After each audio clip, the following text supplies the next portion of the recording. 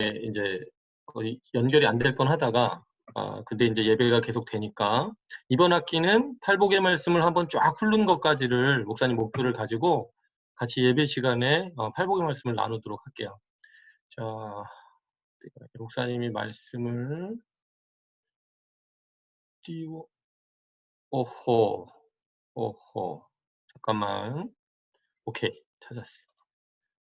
목사님.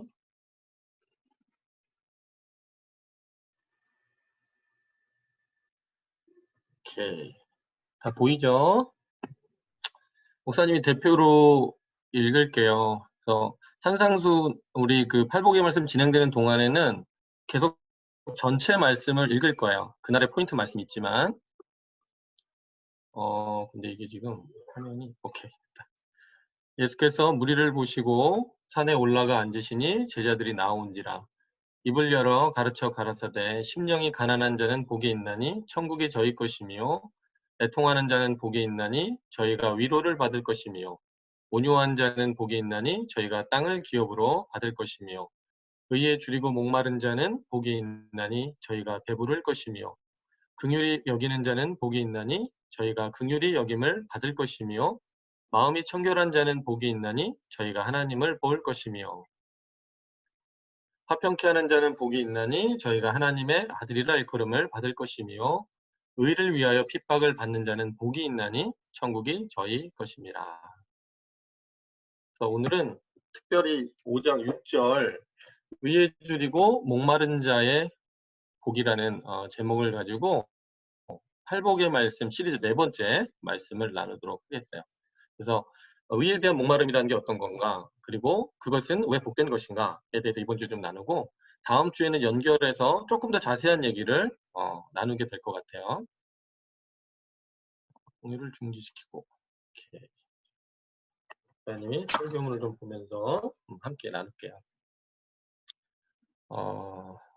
화면이 잘 나오죠? 사실은 시기가 조금 어려워요. 그래서 지금 아마 가족들에 대해서나 아니면 선교지에 계신 분들, 염려가 되시는 분들이 많이 있을 수도 있는데 아까 그 우리 한신이가 오늘 올려준 요괴배스의 노래 찬양을 오래간만에 다시 들으면서 마음에 많은 위로가 되고 믿음에 대한 도전이 돼서 너무 좋았던 것 같아요. 어려운 때일수록 우리가 할 수 있는 거는 진짜 그 모세를 담았던 바구니에 역청을 바르고 악어들이 이 득식을 되는 그 강가에 뛰었지만 거기까지가 우리가 할 수 있는 하나님 앞에서의 최선이고 그 나머지는 하나님이 풀어주셔야 되는 부분이라는 이제 생각을 많이 했고 그것이 믿음이 아니겠냐라는 이제 생각을 했는데 지금 이 시기에도 사실은 이제 인간의 선을 벗어나는 일이 자꾸 일어나고 있어서 이런 부분에 대해서는 우리가 하나님께 매달릴 수밖에 없는 또 그런 시기가 아닌가. 그리고 하나님을 통해서만 소망과 위로를 또 발견할 수 있지 않나. 그런 생각이 목사님 많이 들었어요. 그래서 기도하고 준비하면서 너무 좋더라고요. 그리고 이런 때일수록 사실 위기라는 말 속에는 위험도 있지만 이제 또 기회도 있잖아요. 그래서 사실 영적으로 이런 느낌이 되면 살짝 방탕해지기가 쉬워요. 그리고 우울한 영들이 좀 지배를 해요. 이 일상 속에서 우리가 공동체로 나누질 못하기 때문에. 근데 이럴 때일수록 위기를 기회로 삼아서 좀 더 인생에 대해서 그리고 진리에 대해서 깊게 묵상해보고 하나님 앞에 나아가는 그런 시간이 됐으면 좋겠다. 그런 생각이 들었어요. 자, 오늘 말씀 나눌게요. 오늘 하나님께서는 또 하나의 복됨에 대한 정의를 이제 말씀을 해주고 계세요. 우리가 새해를 시작할 때 새해 복 많이 받으세요 이렇게 얘기를 하고 시작할 정도로 이제 복에 대해서 관심이 많은데 너희들 세상에서 생각하는 그런 복들이 진짜 복이 아니다. 사실은 이러이러한 것들이 너희 피조물들이 인간들이 누려야 될 진짜 복이야 라고 하나님이 하나씩 하나씩 예수님을 통해서 지금 말씀해 주시는 거잖아요. 그래서 우리가 심령이 가난한 복 얘기했었고 애통하는 자의 복에 대해서 얘기했었고 온유한 자에 대해 복에 대해서 얘기를 했었어요. 그리고 오늘은 네 번째로 의에 줄이고 목마른 자가 될 때 누려질 수 있는 축복에 대해서 얘기를 하고 있습니다. 얘들아, 의에 대해서 목마르고 갈급해하며 사는 인생, 혹은 그렇게 살 수 있게 된 인생이야말로 진짜 복된 거야. 너희들 마음속에 이 기준을 꼭 갖고 있어야 돼. 이 얘기를 해주시는 거예요. 근데 사실은 이 의에 줄이고 목마른 자에 대한 이야기는 이미 앞서서 우리가 했던 그 애통한 자의 복과 연관이 돼요, 사실은. 왜냐하면 우리가 그때 얘기할 때 존재형 인간과 소유형 인간에 대해서 얘기를 했었잖아요. 그러니까 인간에겐 두 종류가 있는데 소유에만 집착해서 남들이 가진 건 내가 못 가지면 그게 배가 아프고 힘들고 어려워서 이렇게 힘들어하는 그런 종류의 사람들이 있는가 하면 반면에 소유도 무시하지는 않지만 어, 내가 사람다운가, 내가 지금 맡겨진 자리에서 그 직함에 맞는 그거다운 사람으로 살아가고 있는가, 아버지로서, 선생님으로서, 어, 뭐 부모로서. 마찬가지로 어, 성경이 얘기하는 복 있는 애통한 자라고 하는 건 어, 하나님과의 관계에 있어서 내가 죄성을 의식했을 때 그 죄에 대해서 아파할 수 있는 사람, 하나님과 올바른 관계에 있지 못할 때 애통해할 수 있는 그런 사람이 복되다고 하는 얘기였잖아요. 근데 그 얘기는 바꿔서 얘기하면 사실은 기준이 있으니까 아픈 거잖아. 근데 그 기준은 뭐냐면 하나님과 올바른 관계에 있고 싶은 게 사실 우리의 기준인 거예요. 그래서 의에 줄이고 목마르다라고 할 때 그 의가 뭐냐라고 하면 여러 가지 얘기를 할 수 있지만 가장 핵심되고 근본적인 이야기는 하나님과 나와의 인격적인 관계에 있어서 올바른 관계를 갖고 있는가, 올바른 위치에 있는가 하는 게 그 목마름에 대한, 그 의로움에 대한 목마름에 대한 정의가 될 것 같아요. 그래서 실제로 우리가 신앙생활이 시작되고 성령 안에서 거듭나기 시작하면 우리 마음속에 어떤 욕구가 생기냐면 다른 건 몰라도 첫째, 내 영혼이 하나님 앞에서 구원받았는가? 지금 구원권 안에 들어가 있는가라고 하는 그 구원 문제에 대해서 심각한 고민을 하게 돼요. 하나님과의 관계가 이제 회복이 안 돼 있으면 그것은 결국은 우리가 구원권 안에 있지 못하는 얘기가 되기 때문에 심각하게 그것을 생각을 하고, 또 실제로 내가 구원받은 자라는 확신이 있다 하더라도 계속 성장을 하다 보면 단순히 내가 구원을 받아서 천국 가게 된 백성이 된 게 틀림없다 아니다에만 관심을 갖는 게 아니라 날마다의 내 삶의 자리에서의 내 삶의 모습이 진짜 하나님과 올바른 관계에 있는가, 진짜 하나님께서 성경에 말씀해 주신 그 자리에 내가 서 있는가를 놓고 치열한 고민을 하기 시작하는 그런 욕구가 있어요. 그리고 나아가서 뿐만 아니라 나 외에도 세상에서 만나지는 많은 다른 사람들이 복음을 만나고 정말 예수를 만나서 내가 경험한 것과 같은 그 구원의 은혜에 참여자가 될 수 있기를 소망하는 마음, 즉 이 땅 가운데 하나님의 나라가 임하는 것에 대한 그런 갈망을 갖게 돼요. 그래서 그런 것들이 기본적으로 의에 대하여 굶주리고 의에 대해서 목말라 하는 그런 어떤 거듭남이 분명한 자들에서 나타나는 특징이라는 얘기를 하는 거예요. 그래서 하나님께 대하여 내가 선 쪽으로 판명을 받을 거냐, 악 쪽으로 판명을 받을 거냐. 그러니까 시편 1편 6절에 보면 그런 얘기가 있잖아요. 대저 의인의 길은 여호와께서 인정하시나 악인의 길은 망하리로다. 그러니까 이런 말씀을 읽을 때 내가 과연 하나님께 인정받는 길에 서 있는가, 아니면 망하는 길에 서 있는가가 이제 고민이 되기 시작하는 거지. 그래서 이런 열망이 있는 사람, 그래서 이런 열망이 하나님 앞에 예수를 믿고 구원받아서 채워짐이 있는 그 인생은 정말 복되다는 거예요. 근데 이게 없는 인생은 똑같이 인생을 살지만 너무 가련하고 불쌍한 인생이라는 거예요. 이 세상은 이런 거에 대해서 알려주지도 않고 중요하게 생각도 안 하지만 정말 사실은 이 부분이 인생에서 정말 중요한 부분이다.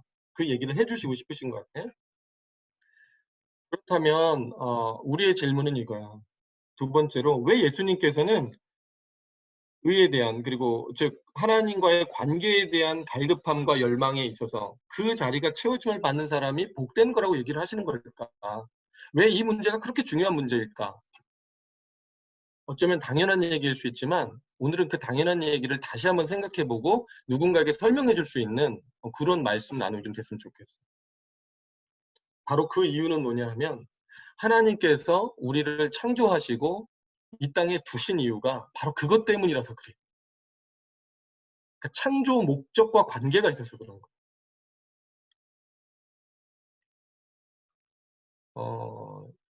혹시 그 짝이라는 프로그램을 아나 모르겠네. 목사님 조금 옛날 사람이잖아. 또 상대적으로. 그 목사님 때는 한 8년 전에 짝이라는 프로그램이 되게 인기를 했었어. 그때는 종영한 것 같은데.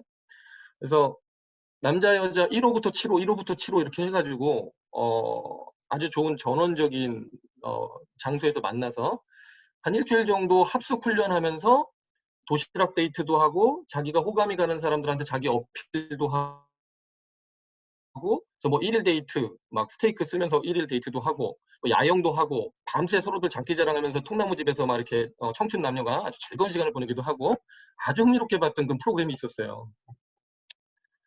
국가님은 아는 프로인지 잘 모르겠는데. 근데 무슨 얘기를 하고 싶은 거냐면 좋아. 너무 좋다는 거지. 그 젊은 날에 그 데이트 너무 좋잖아. 그리고 그곳에 가서 뭐 평소에 잘 못 먹던 좋은 음식도 먹어보고 좋은 장소에서 잠도 자보고 또 젊음을 만끽하면서 그 설레임도 느껴보고 얼마나 좋아. 그런데 만약에 그 좋은 시간을 일주일 동안 보내고 나서 거기서 내 짝을 찾지 못하고 나왔다고 한다면 사실 그 과정은 큰 의미가 없는 거예요. 시간도 들이고 돈도 다 썼지만 사실 거기에 갔던 이유는 뭐냐면 내가 미래에 나와 평생을 함께할 진짜 내 짝을 인격적으로 만나서 그 상대를 만나는 그 행운을 내가 가져보고 싶어서 사실은 참가한 거잖아. 그래서 이제 사실은 아무리 맛있는 거 먹고 통나무집에서 자고 좋은 경험을 많이 했다 할지라도 실제로 거기서 만나야 될 인연을 못 만나고 나왔다면 사실 그 참여는 어, 시간을 낭비한 거와 같을 수 있는 그런 시간이 되는 거죠. 이 땅에 우리가 온 것도 마찬가지라는 얘기가 하고 싶어서 목사님이 완벽한 예는 아니지만 그런 예를 한번 생각을 해봤어요. 이 땅에 와서 어린 시절 부모님들과 함께 식구들과 함께 행복한 시절 보내요.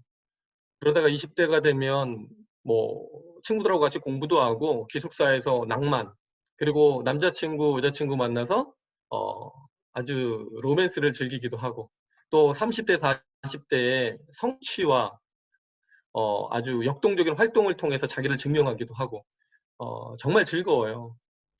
인생이라는 게 정말 재밌어요. 그리고 뭐 맛집 투어도 다니고 이 세상에 영화도 보고 재밌는 게 너무나 많단 말이죠. 요즘은 유튜브가 개발이 돼서 재밌을 부분이 인생에 너무 많아졌어 사실. 그런데 그럼에도 불구하고 그렇게 재밌게 살았는데 나쁜 건 아니에요. 하나님이 허락하신 이 육이 있는 동안에 이 땅에서 즐길 수 있는 정말 재밌는 일들이야. 그렇지만 그런 것 하느라고 신앙을 다 까먹고 하나님을 잃어버리고 하나님과의 관계에 대해서 정말 소홀한 인생이 되었다면 그래서 하나님과의 인격적인 관계 속에서만 우리가 누릴 수 있는 의와 희락과 화평이라고 하는 하나님의 나라에 대한 그 누림이 열매 맺지 못했다고 한다면 그 삶은 정말 가련하고 불쌍하고 안타까운 인생이라는 거예요. 아무리 좋은 것을 많이 누렸어도 특히 어릴 때부터 교회를 열심히 다녔던 사람인데 그렇게 인생을 보냈다고 한다면 그건 더 안타까운 일이 되겠지. 왜냐? 하나님께서 인생을 설계하신 기본 목적 자체가 바로 하나님과의 교제에 있기 때문에 그래요. 잘 알겠지만 웨스트민스터 소요리 문답 제1문에 보면 사람의 제일되는 목적이 무엇이냐? 인생의 목적이 무엇이냐라고 했을 때 그것은 우리가 하나님을 영화롭게 하고 영원히 하나님을 즐거워하는 것이라고 얘기를 하잖아. 그 성경들을 다 연구해보고 결론을 딱 내린 말이거든, 그게. 실제로 성경에서도 보면 바울 사도가 이렇게 얘기해요. 고린도전서에 보면 그런즉 너희가 먹든지 마시든지 무엇을 하든지 다 하나님의 영광을 위해서 해라. 그리고 시편에서도 보면 하늘에서는 주 외에 누가 내게 있으리요 땅에서는 주밖에 내가 사모할 리 없나이다. 내 육체와 마음은 쇠약하나 하나님은 내 마음의 반석이시요 영원한 분깃이시라. 이렇게 고백을 해요. 그러니까 하나님과 그런 믿음의 관계로 들어가는 게 인생 최고의 복이고, 그렇게 들어가서 하나님을 누리고 하나님께 영광이 되는 삶을 사는 게 가장 복된 삶이라는 얘기를 해주는 거죠. 그래서 하나님과의 관계성을 누리는 존재로 우리는 애초부터 만들어졌다. 그래서 하나님을 만나기 위해서 이 세상에 태어났고, 이 세상에 있는 많은 좋은 관계들, 많은 우리가 누리는 것들은 사실은 그 하나님과의 관계를 누리기 위한 소재들이고, 모형과 그림자들이 하나님을 느낄 수 있는, 우리가 간접적으로 느끼게 되는, 혹은 하나님과 맺어졌기 때문에 받게 된 선물들인 거지, 사실은. 근데 우리가 종종 착각을 하면서 그것들이 최종 목적인 것처럼 생각하면서 살기가 너무나 쉬운 이 시대의 삶이라고 목사님은 생각해요. 존재론적인 얘기를 조금 하면, 왜 우리의 만족이 그렇게 오래 가지 못할까? 그러니까 영국 속담에 이런 속담이 있어. 목사님 되게 좋아하는. 하루를 행복하려거든 목욕을 해라. 한 주를 행복하려거든 이발을 해라. 헤어컷. 한 달이 행복하려거든 뭔 줄 알아? 결혼을 해라. 아니, 결혼이 한 달인 거는 조금 잘못된 거 아니야, 이거? 한 2년은 행복한데 그래도 이상하다. 옛날에 기억했던 거랑 좀 속담이 바뀐 것 같긴 한데, 그리고 이거보다 더 좋은 거, 1년 동안 행복하려거든 집을 지어라. 이렇게 돼 있어. 그러니까 새 집으로 이사를 하는 거겠지. 그리고 평생 행복하려면 정직해라. 이 평생 행복하려면 정직해라. 조금 의외였을 수도 있는데, 이 속담이 얘기해주고 싶은 건 뭐냐면, 우리 인간에게 만족의 유통기한이 있다는 거예요. 그 만족의 유통기한이 그렇게 길지가 않다는 거지. 그래서 이 세상에서 주는 기쁨들이 길어야, 정말 길어야 1년이라는 거야.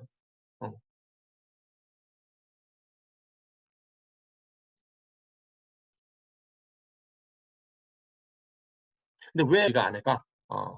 단순히 우리가 끊임없이 새로운 것을 추구하는 호기심 많은 존재라서 그럴까? 목사님, 나는 어떤 그 한 가지에 만족을 못해요. 끊임없는 다이버시티를 저는 추구해요. 이래서 그럴까? 물론 그럴 수도 있어요. 그럴 수도 있는데, 어, 성경의 근거에서 얘기를 좀 하자면, 근본적으로 물질적인 것들, 이 세상이 우리에게 공급하는 것들, 그런 것들만으로는 우리가 만족을 누릴래야 누릴 수가 없는, 즉 무슨 얘기냐면 분명히 그런 것으로도 만족하는 부분이 우리 안에 있지만 그것만으로는 다 채워지지 않는 그 이상의 차원성을 우리가 갖고 창조가 되었기 때문에 그게 안 된다는 거예요. 하나님의 특별하신 사랑으로 인해서 우리가 세상보다 큰 존재로 지음을 받아서 그래요. 그런 얘기 하잖아. 한 생명이 천하보다 귀하다. 하나님께 대해서 봤을 때 한 생명이 천하보다 귀해. 왜 그럴까? 천하는 창조잖아. 이 세계잖아. 근데 그 창조보다도 6일째 마지막 날 만들어진 그 인간이, 그 한 생명, 그 한 영혼의 가치가 훨씬 크다는 거야. 왜? 하나님의 특별하신 사랑을 받은 존재라서 그래. 특별하게 인간이라는 존재만 하나님과 맺어질 수 있는, 하나님과 인격적인 교제를 나눌 수 있는 하나님을 닮은 존재로 창조가 됐기 때문에 그렇다는 거예요. 그러니까 세상으로 아무리 채워도 그 존재는 만족을 할 수가 없어요. 그걸 넘어서는 존재니까. 어떻게 상위에 고등한 존재가 하위에 있는 그 하위 그룹의 것들을 100% 만족이 되겠냐. 그게 안 된다는 거예요. 그래서 성경은 이 이야기를 인간만 독특하게 하나님의 형상, 모양과 형상으로 창조했다라고 이렇게 풀어가요.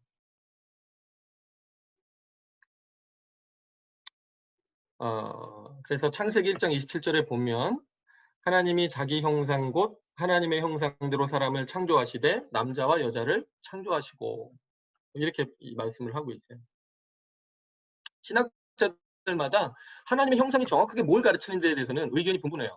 어떤 사람은 통치적 성향, 그래서 이 땅을 정복하라, 번성하라, 생육하고 번성하고 정복해라 그랬기 때문에 통치적인 측면이 하나님과 비슷하다라고 말하는 사람도 있고, 또 어떤 사람들은 남자와 여자로 창조하시고 그랬으니까 관계적인 존재라 그래서 하나님도 삼위일체 하나님이시니까 세 분이 한 본질을 공유하시니까 관계 안에 계시구나. 그래서 관계성이야말로 인간의 하나님의 형상의 어떤 특징이 아닐까? 뭐 이렇게 얘기하기도 해요. 그리고 또 어떤 사람들은 지식과 의와 공의라 거룩이라고 하는 그 속성이 하나님과 공유된 속성이다. 이렇게 얘기하기도 해. 인간에게 이성이 있잖아. 동물에게는 없는 그런 요소들. 근데 뭐 목사님은 통합적으로 고려를 하고 무엇이라고 딱 신학 공부를 하고 있지만 말해줄 수가 없어요. 정확하게 내가 답을 줄 수는 없어. 하나님이 아니기 때문에. 그렇지만 중요한 건 뭐냐 하면 어떤 식으로 우리가 그 부분을 해석하든지 간에 중요한 건 다른 모든 동물과 구별되게 사람에게만 하나님이 그런 특권을 부여해 주셨다는 거. 사람만 하나님의 형상으로 창조하셨다는 그 점. 그 점이 중요해요. 왜 하나님은 인간만 하나님과 닮은 존재로 만드셨을까? 뭐가 하고 싶으셨을까? 바로 하나님과 대화가 가능한 존재.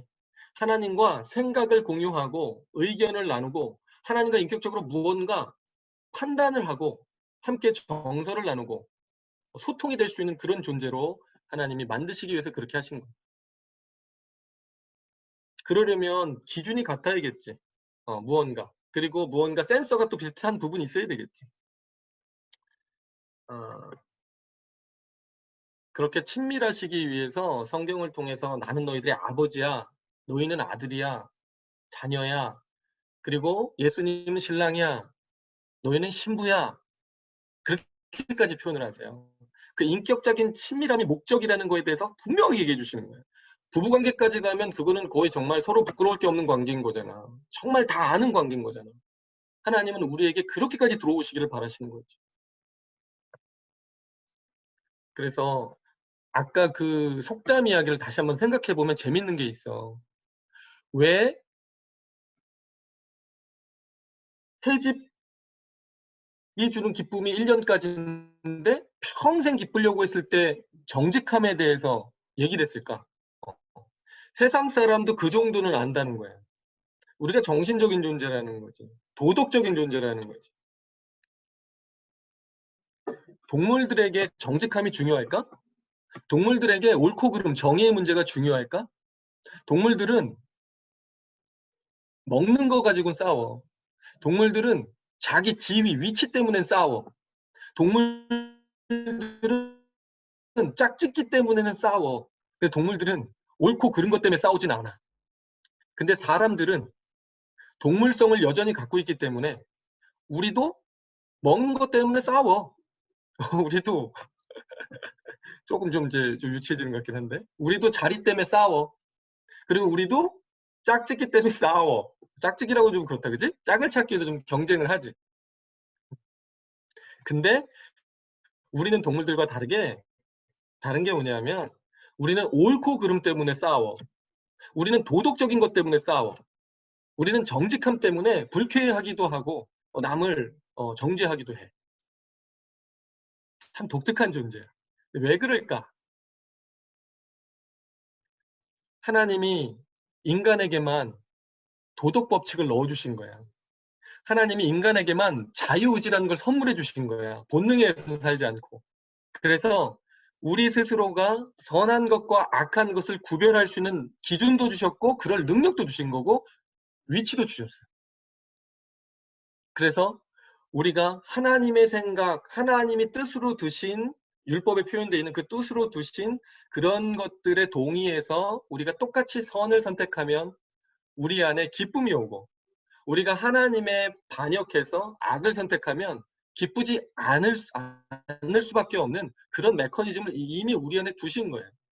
그것을 성경은 우리 안에 영원을 사모하는 마음을 주셨다라는 표현으로 대신하고 있는 것 같아요.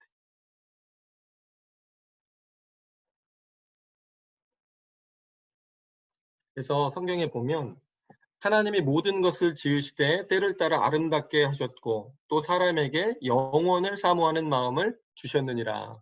전도서 3장 11절에 그렇게 말씀하고 있어요. 모든 것을 때를 따라 아름답게 하셨고 사람에게는 영원을 사모하는 마음이셨다. 그래서 여러분들이 연애를 해도 남자친구 구할 때, 여자친구 구할 때 어떤 걸 기준으로 봐? 일주일만 날 사랑해 줄 사람 고르는 게 아니잖아. 우리 사랑 영원한 거야? 그걸 확인받고 싶은 거잖아.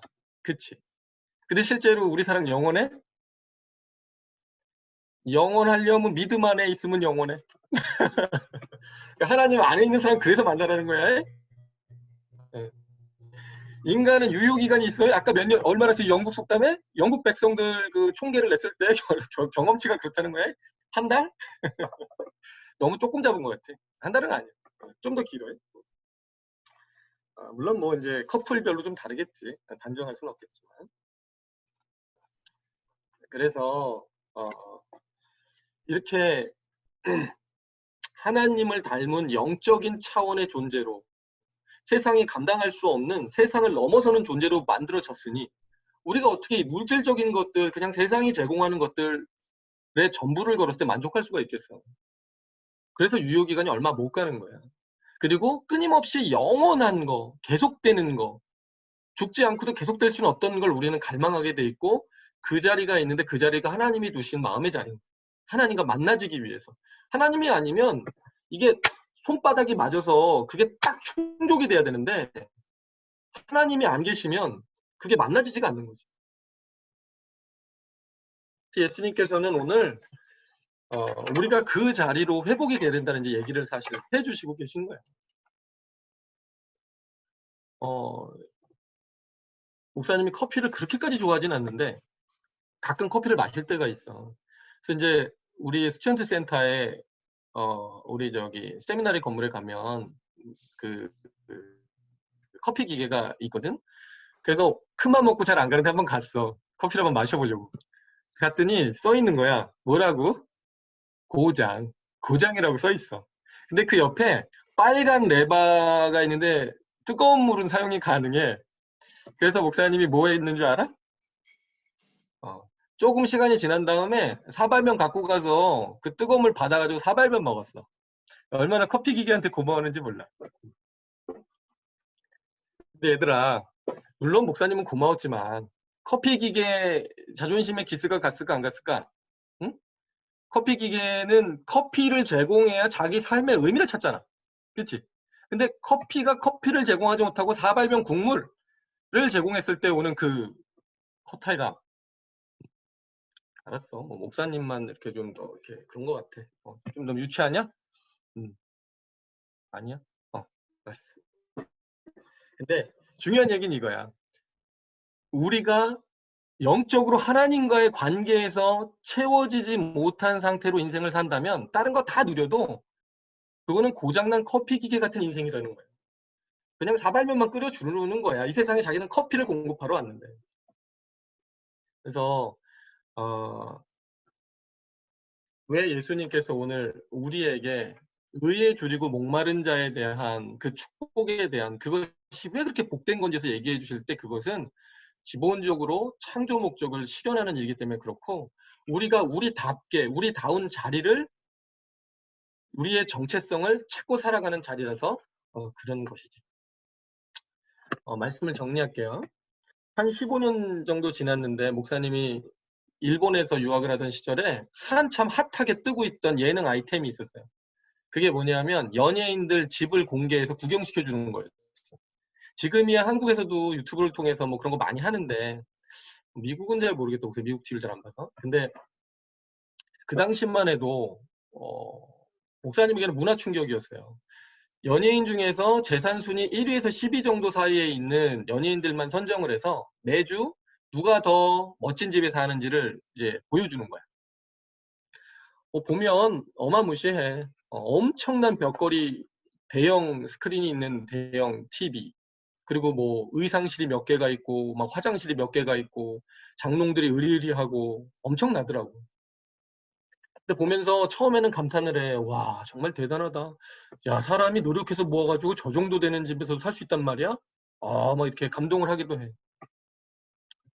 그런데 조금 시간이 지나면서 마음에 어떤 생각이 드냐 하면, 야, 사람이 정말 하나님을 모르면 하다 저기까지 저렇게까지도 갈 수 있는 거구나. 이 방송 프로그램을 정말 물질을 자랑하다 못해서 정말 마지막에는 자기가 얼마나 잘 사는지를 너무 보여주고 싶어서 마지막에 그 집을 보여주고 또 그것을 소비하고 있는 시청자들, 그들의 욕구에 맞으니까 또 그거를 했겠지? 그러니까 이 사회가 얼마나 이 돈이라고 하는 가치, 이 성공이라고 하는 가치에 매몰돼서 정말 그냥 그 가치가 전부인 양 그렇게 살아가고 있는지를 보여주는 어떤 그런 단면이었어요. 실제로 사람들이 그 방송에서뿐만이 아니라 타락 이후에 어떻게 살고 있나를 생각해 보면 다들 하나님과 원래 인격적으로 맺어져서 거기서 오는 정말 깊은 사랑의 관계를 향유해야 되는데 그 자리가 없어지고 나니까 그 실존적인 외로움의 자리를 눈에 보이는 것들 중에 사람들이 가치 있게 여기는 것들로 채우기 시작했어요. 그게 바로 돈이고 명예고 성취고 로맨스고 또 외모고 몸이고 뭐 그런 것들이야. 그러니까 돈이 있는 사람이 훨씬 잘 사는 사람이고 돈이 없는 사람이 못 사는 사람이 돼버렸고, 그리고 관계를 통해서 인기가 있는 사람이 훨씬 잘 사는 사람이고 인기가 없는 사람은 좀 못 사는 사람이 됐고, 그리고 나의 성취를 통해서 사람들 사이에서 유능하다고 인정받으면 좀 잘 사는 사람이고 유능하지 못하다고 판단받으면 좀 못한 사람이 됐고, 그리고 외모를 통해서 나 스스로를 혹은 너를 나는 예쁜 사람, 너는 뭐 안 예쁜 사람 이렇게 나누면서 서로들 그 안에서 그 보이는 가치들을 가지고 우리의 행복과 불행을 규정하기 시작했어요. 그래서 그 결과 사람들이 얼마나 행복해졌을까? 사실 그렇게 행복하지 못해. 그런 물질적인 가치들로 아무리 채운다 한들, 기준을 정해서 채운다 한들 인간은 채워질 수 있는 존재가 아니야. 그리고 오히려 더 불행해지지 사실은. 그런 비교 구조는 결국은 1인만 행복할 수 있는 구조거든. 어딜 가도 나보다 똑같은 사람이 있거든. 또 있고 또 있거든. 더 예쁜 사람이 있거든. 돈 더 많은 사람이 있거든. 마지막 한 사람만 기뻐. 그런데 그 한 사람도 오래 못 가. 금방 도전자가 올라오거든. 그럼 결국 다 오랜 시간 불행한 구조로 살아가는 거지. 그나마 그걸로 채워서 인간이 만족이 된다면 그것도 가치가 있겠지만 그렇지 못한데 사실은 그게 100%여도 우리는 절대 만족할 수 없는 존재라는 거지. 왜? 하나님을 만나기 전까지 우리의 영혼은 절대로 만족할 수 없게끔 그렇게 하나님의 형상으로 창조가 되었기 때문에. 그래서 정말 중요한 문제는 하나님과 나 사이의 관계가 바른가? 하나님이 옳다고 인정하시는 그 삶 가운데 내가 지금 있는가? 내 영혼이 그 올바른 관계를 통해서 지금 구원권에 들어가 있는가? 그리고 내가 구원권에 들어가 있다고 확신하더라도 정말 내 삶 속에서 드러나는 모습을 봤을 때 그런 점진적인 변화가 내 안에 있는가? 그리고 내 마음속에는 나뿐 아니라 다른 영혼들에게 하나님의 복음이 전해져서 정말 그들에게도 하나님의 나라가 공동체적으로 임하는 꿈과 소망이 내 마음에 파도치고 있는가? 이제 이런 것들, 이 문제가 정말 중요해지는 거예요.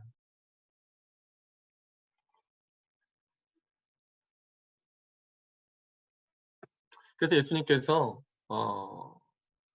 오늘 형이 하학적인 걸로 형이 상학적인 것을 채우려고 시도하고 있는 우리들, 그렇게 살아온 우리들, 물질적인 것으로 영적인 것을 채우고자 살아가고 있는 이 사람들 앞에 도전을 하시는 거야, 또 말씀을 통해서. 너희들 정말 복된 인생이 되고 싶다면 그것만으로는 복될 수 없다. 정말 너희들이 행복한 인생이 되려면 하나님 만나야 된다. 다른 건 몰라도 하나님 만나야 된다. 하나님과의 관계에 있어서 정말 올바른 관계가 회복되어야 한다. 그 얘기를 지금 하고 계시는 거예요. 그리고 더 기쁜 소식은 사실 그런 문제들이 우리 노력과 힘으로 되는 문제가 아니잖아.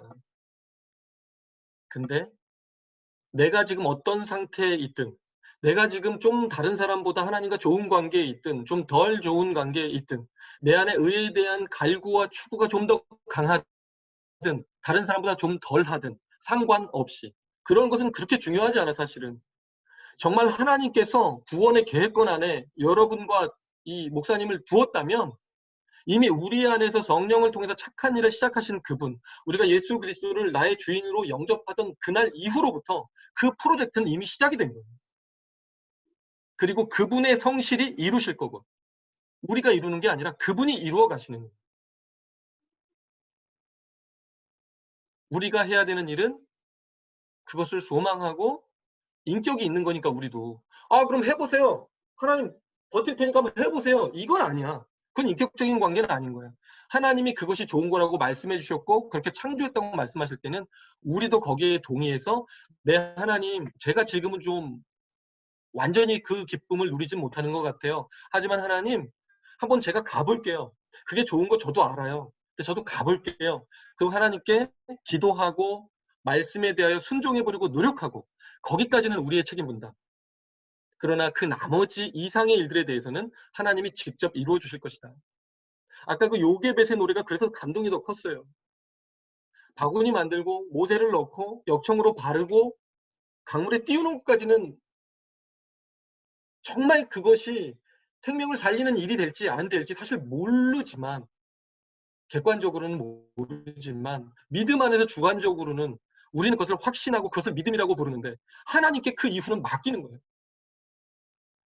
근데 예수님이 지금 하시는 얘기는 뭐냐면 얘들아 그게 조건이니까 그런 사람이 되면 너희들 배부르게 해줄 거니까 너희 그러고 나면 행복해질 거야를 말해주시는 게 아니라 너희들이 나를 따라오고 있다면 내가 포도나무가 되고 너희들이 가지가 되어 준다면 내 안에만 일단 머물러 준다면 영양분은 내가 공급할 거야.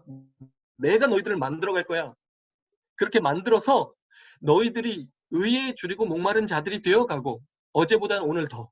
그리고 그 자리가 정말 그 대상을 만나지 못했다면 채워지지 못할 자리지만 이제 정말 하나님이 신랑이 되시고 부모가 되셔서 그 자리를 채워주시겠다는 약속의 말씀이고 그래서 감탄문 형식으로 사실은 원문을 보면 그렇게 진행이 되고 있는 거예요. 복된 이여. 그는 누구인가? 그는 의에 줄이고 목마른 자이여라. 왜냐? 그는 배부를 것이기 때문이다. 선언적으로 하시는 말씀입니다. 지금 그 산상순을 듣고 있는 예수님께 나온 무리들과 제자들을 향해서 그런 선포를 해주고 계신 거죠. 그렇기 때문에 우리가 사실 코로나 사태도 있고 지금 여러 가지로 시국이 어렵지만 이런 때일수록 우울한 영들에 휘말려서 우울하게 지낼 것이 아니라 오히려 사람들 좀 덜 만나고 우리가 진지하게 삶을 고민해 볼 수 있는 시기이기 때문에 진리를 붙들고 내 인생을 붙들고 좀 더 고민하는 시간이 됐으면 좋겠어요, 목사님. 더 많이. 우리가 어떤 존재로 창조되었는가? 그리고 그 격에 맞는 삶이란 어떤 것인가? 그런 의미에서 하나님을 만난 우리는 얼마나 복된 것인가? 그리고 앞으로 우리가 조금 더 소망을 갖고 나아갈 수 있는 방향성, 비전은 어떤 것인가? 한 주 동안 요 문제를 가지고 좀 묵상해 보는 그런 시간이 됐으면 좋겠어요. 다음 주에는 조금 더 자세한 이야기를 의에 줄이고 목마른 자와 관계해서 한 번 더 나누도록 하겠습니다. 기도할게요. 하나님 감사합니다. 오늘도 우리 은혜교회 대학교 청년들에게 하나님 귀한 말씀 선물해 주심을 감사합니다.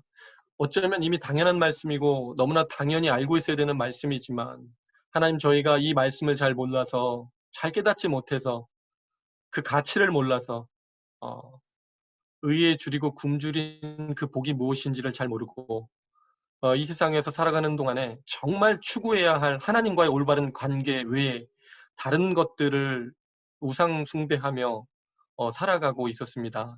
하나님, 저희에게 오늘도 말씀 주셨사오니 저희가 더욱 하나님과의 관계에 있어서 깊어지게 하시고 그 추구가 더 그 열망이 그 소망이 더 깊어지는 은혜가 있게 하여 주시옵소서. 많은 사람들이 심적으로 실제 물질적으로 어려운 지금 시국에 있습니다.